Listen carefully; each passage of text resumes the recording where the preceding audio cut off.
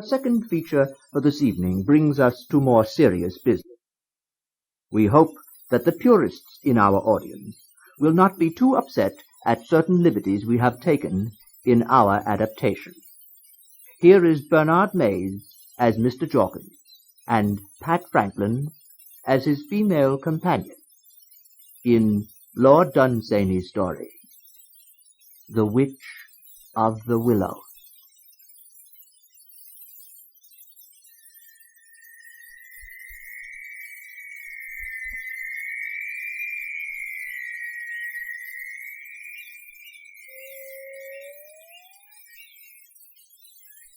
I wandered about the country, always alone, not caring really where I went.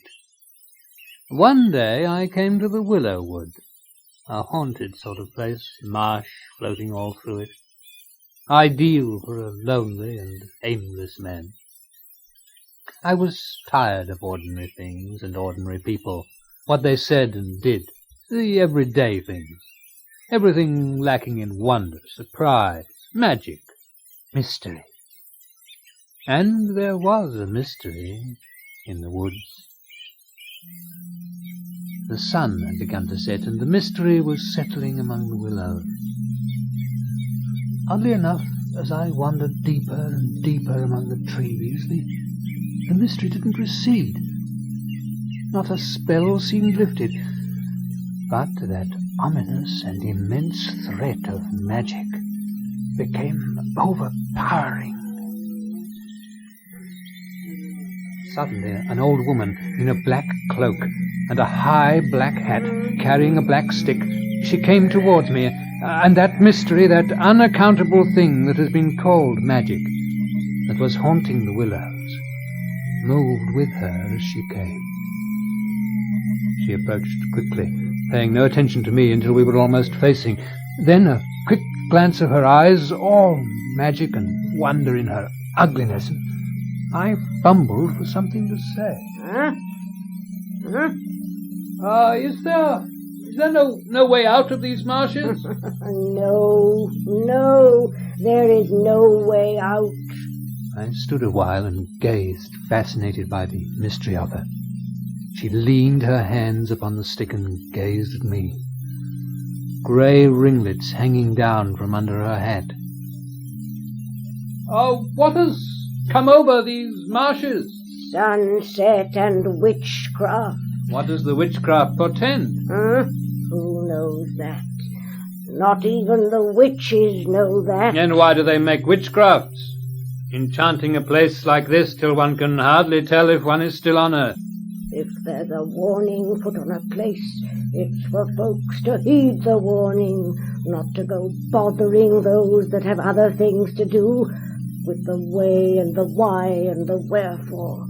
A warning's a warning, and that's all there is to it. Well, the sun has set, and I think I'll take that warning. Do as you will.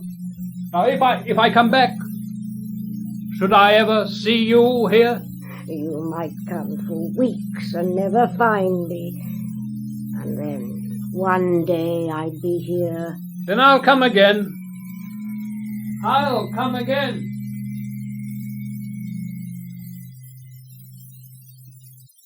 I stayed at a little inn called Wold's End, a mile or so from the marshes. And that evening I returned barely in time for dinner.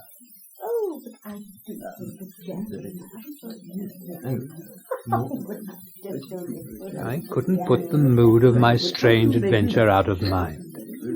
And in contrast, the company, the whole interior of Wold's End was a dreary replica of life in general. Wholesome food, kindly people, the expected, the safe. You haven't forgotten our cribbage this evening, Mr. Jorkins? No, Colonel Havison, but I'm a little tired, I'm afraid. Mrs. Norris says you have been exploring the Willow Wood this evening. Yes. Take care of the marshes there. Dangerous, you know, dangerous, but a good place for grouse. In season, of course. Later I stood at my window and looked down toward the woods. The moon lit the hillside, and below it I could see the trees, black, darker than the night, the mystery still there. But when I walked down next morning, it was gone. It was gone when I went back at sunset. Day after day I went, and still she did not come. I haunted the place till all the water hens knew me, and the rooks. Then, one afternoon, 2 weeks later, no sooner had I entered the solitude of the Willows than the transformation began. The shadows between the trees became heavy with portents or omens. The stillness full of whispers. The mystery gathered about me. And in the midst of it, she walked with her black stick, the mystery coming with her. She nodded as she approached, with what may have been a smile at the end of her lips. Willow Witch, as you see, I have come back. You told me there was no way out of the marshes. Nor is there. You come back and back to them. That's true. They have a hold upon me already, and it's not the marshes or the willows. When you are not here, they are nothing more than the time of day can make of any place. It's for the magic in you that I return. The magic in me, and your weariness of the things of every day, pushed and pulled, back and back. Where do you live? Out of sight, out of hearing of the folks of every day. Where? Merling's Wood. Merling's Wood, by this path. Wait, can I come with you? If you can follow. I can if you wait. The light is too dim to see the path. You have to keep up. But you disappear. When I try to look, you're gone. Wait. Plunge, Mr. Jorkins. Oh. Plunge, or you'll never make it. Wait. Wait. Wait. But she was gone. But that wasn't the first time we had trouble with the natives in that area. No. Sometime earlier that year. Here, I wanted you to try some of this port. Yes, the natives, during the cholera epidemic. It was unendurable, unendurable. During my... what? I said it was it curable? Well, with the right treatment. Yes, it was during the cholera epidemic. It was some time. Then I did something absurd, but I couldn't help it. The decanter of port, Colonel Haverson's prize port, was sitting on the end table beside me. I'd been fingering the cut glass neck. The fireplace, several yards across the room, the large stone fireplace. Suddenly, quite unaccountably, I picked up the decanter and flung it against the stone. Oh, I say, Jorkins. Jorkins. I plunged out of the house, down the road to the woods, through the marshes.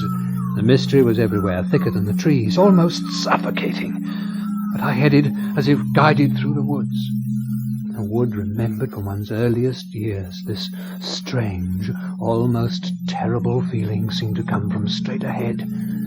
It was the path itself, straight ahead, until it seemed to veer very slightly to the left, and from this I gathered that I should find the home of the witch.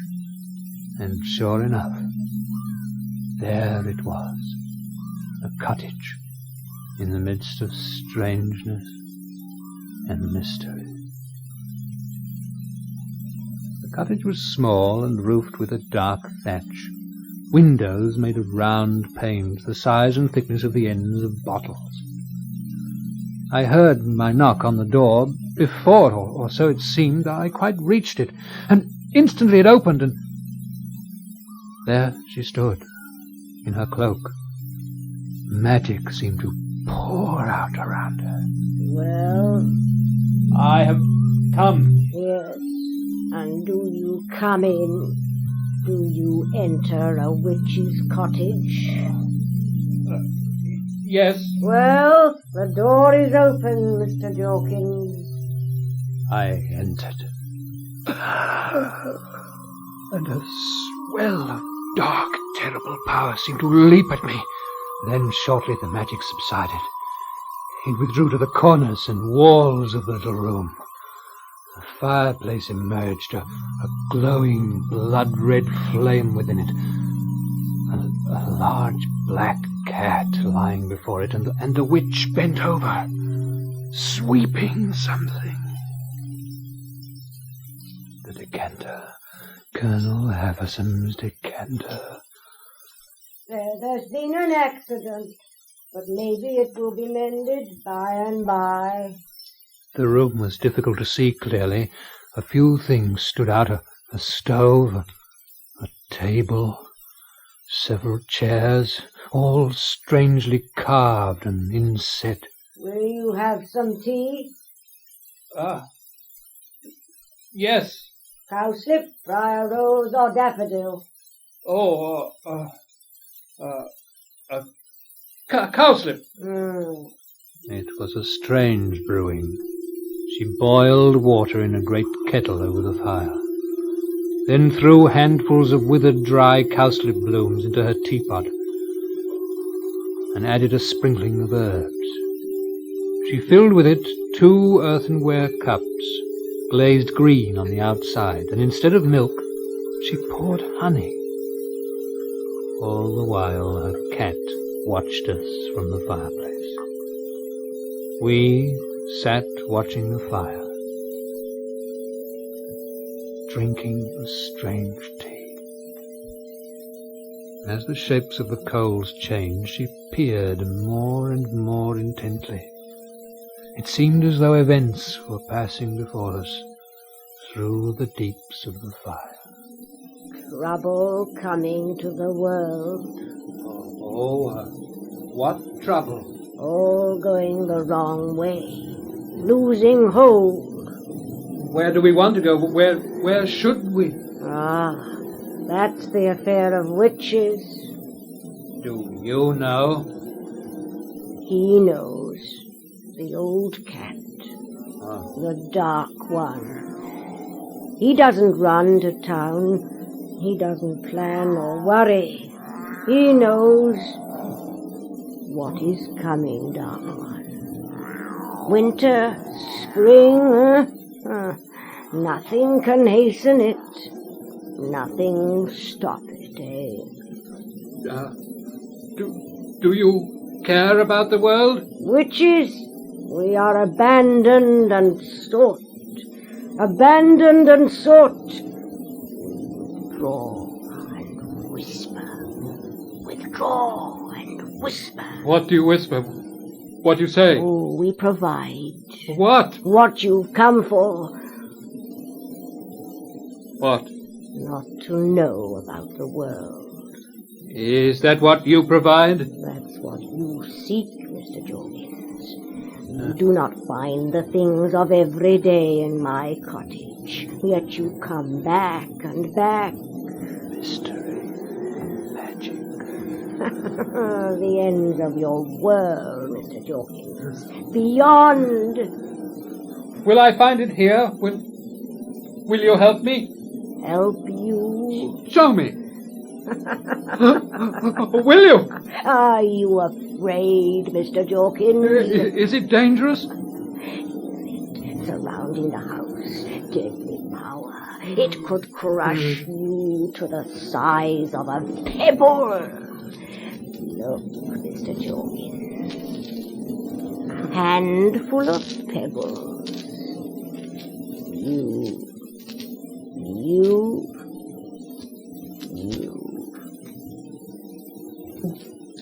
Why is it dangerous? Why and wherefore? How and where to?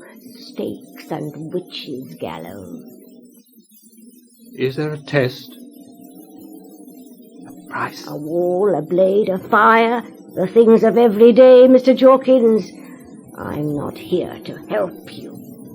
What danger, then? What am I to do? Look. Where? Into the fire. Fire. It isn't a fire. Listen. Oh, it isn't a wind. Pet, my dark one. Pet, my dark one. No, Mr. no. Jorkins. See me, Mr. Jorkins. Could you ever love an old woman like me? Could you ever love an old woman like me, Mr. Jorkins? That is the test. Could you ever love an old woman like me? An enchanted witch. I can break the spell by saying yes. Then all will be well. You'll emerge far lovelier than any creature. Or a spider, or a ghost, or a death snake twice as ugly. The look in your eyes, Mr. Jorkins. Seeking magic and mystery on your own terms. Tests and prices, sleight of hand. Do you think no claim is to be made upon you? There, look. There's the abyss. There the flame, here the emptiness, the ugly. Could you ever love an old woman like me? No, stay away from me! You're hideous! Hideous! Then, at the very words, there came a look in her eyes like flaming stars in the night. The cat appeared to increase in size to an enormous horror. The room became darker. There was nothing I could say to explain my refusal, except that all the magic and mystery that had first intrigued me was now horrifying and deadly. It was a wave that seemed to threaten all, a wave that began to fade away without breaking. I had rushed out of the cottage, but had not gone many yards from the angry witch when her house and the whole forest became, section by section, disenchanted. When I last saw her, she was standing there in her open door looking after me. There's something of mystery still surrounding her. I couldn't distinguish whether her look was of rage or of sorrow. And as she and her cottage passed out of sight, I saw the last of magic that I shall ever see.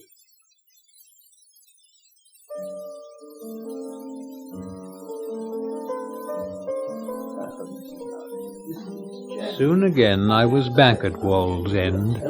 Yes, the last of it. I searched again and again, but I never found the cottage. The witch never came back again to the Willow Wood. I finger Colonel Haverson's decanter of fine port.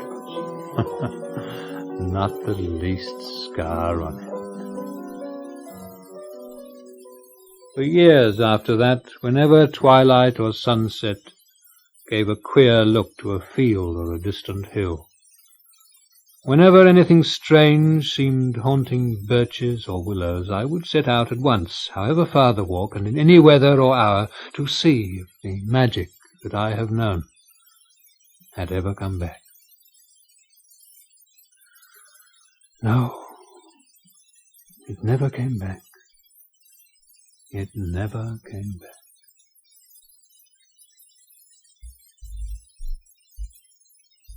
That was Bernard Mays as Mr. Jorkins, and Pat Franklin as the witch, in our version of Lord Dunsany's story, The Witch of the Willows.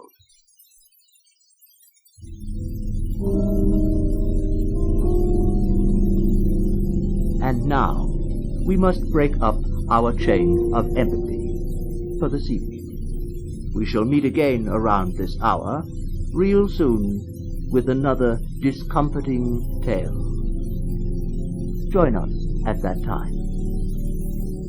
Good night.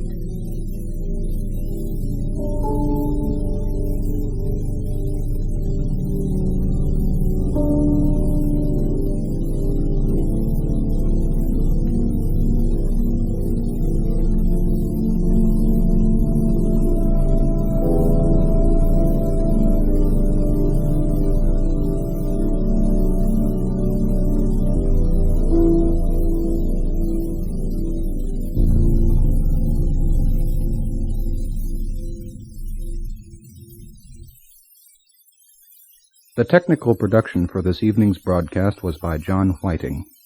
Music specially composed for this program was by Peter Winkler. Saki's story, Esme, and The Witch of the Willows by Lord Dunsany were adapted for radio by your host of the Black Mass, Eric Bauersfeld. This series was conceived by Jack Nessel and recorded in the studios of KPFA in Berkeley.